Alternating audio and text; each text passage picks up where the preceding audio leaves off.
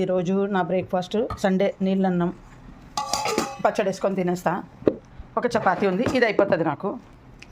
ఇంకా 4 ఎగ్స్ ఉన్నాయి, చిన్నది 2, వాళ్ళ నాన్న 2 వేసుకొని ఆమ్లెట్ వేసుకుంటారు. బ్రెడ్ ఆర్డర్ పెట్టాము. ఇక పెద్ద పాపకైతే బ్రెడ్ కాల్చుకొని కాఫీ తాగేస్తుంది. ఇక బ్రేక్ఫాస్ట్ సండే స్పెషల్ ఇంతే. కానీ మధ్యాహ్నము పలావ్ చేసుకుంటున్నా, కర్ణాటక స్టైల్ పలావ్. దానికి రైతా, కీరా రైతా చేసుకోవాలి.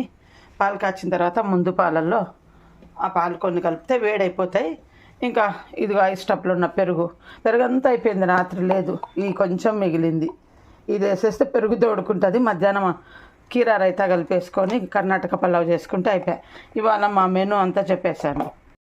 ఇంకా మేము లీటర్ పాలు తెచ్చుకొని రాత్రి ఫ్రీజర్లో పెట్టేసుకుంటాం. పొద్దున్న తీసి నీళ్లు కలుపుకొని లీటర్లో పావు లీటర్ పైగానే నీళ్లు కలిపేసి కాచేస్తాను. అప్పుడు మీగడ తీయనక్కర్లేదు, హోల్ మిల్క్ తెచ్చుకుంటాను అనమాట.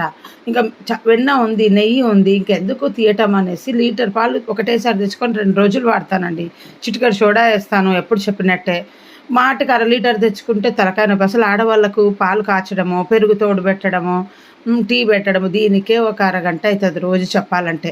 ఫ్రిడ్జ్లో ఉండి పాలు, ఈ పాల పంచాయతీ అంతా ఉండదు అసలు. మా పిల్లలు ఇద్దరు పాపం టీలు కాఫీలు తాగరు. నేను మా ఆయననే పెరుగు తోడు పెట్టుకొని మేమే తినేది. పిల్లలు తింటారు లేకుండా. అందరింట్లో కంపల్సరీ పెరుగు ఉంటుంది కదా, రోజు తినాలనే రూలు. మా ఇంట్లో అట్లా కాదు, తింటే ఒకటే రోజు ఎక్కువ తింటారు, లేకుంటే అసలు తినారనమాట. అందుకే నాకు పెరుగు ఎంత తోడు పెట్టాలో తెలియదు, అందాజుగా పెట్టేస్తుంటా. పాలను బట్టి టీకి పెట్టేసుకుంటాను, ఇంత పెరుగు 1/2 లీటర్ పెట్టేస్తా. అది అయిపోయినాక మళ్ళీ పెట్టేస్తాను. అందరిలాగా ఉండదండి మా ఇంట్లో. పొద్దున పెరుగు, రాత్రి పెరుగు తినడము ఇట్లాంటివి ఏమి ఉండవు. అందుకని నాకు ఈ టపర్వేర్ వల్ల చాలా యూజ్ అవుతుంది. అంత ఒక 1/2 లీటర్ పెట్టేస్తే అది అయిపోయేటప్పుడు మళ్ళీ పెడతాను.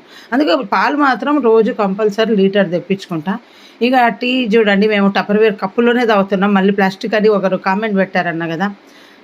నేను ఎప్పుడు పిల్లలు చిన్నగా ఉన్నప్పుడు చిన్నదానికి పాలు కూడా నేను టపర్వేర్లోనే తాపించిన. మాకు బయట మార్కెట్లో దొరికే బాటిల్ ఎప్పుడూ కొనలేదు.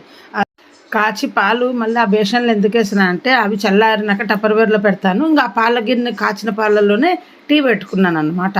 నేను ఎప్పుడైనా అంతే అండి, పాలు కాచి దాన్ని టపర్వేర్ షిఫ్ట్ చేసి దాంట్లో టీ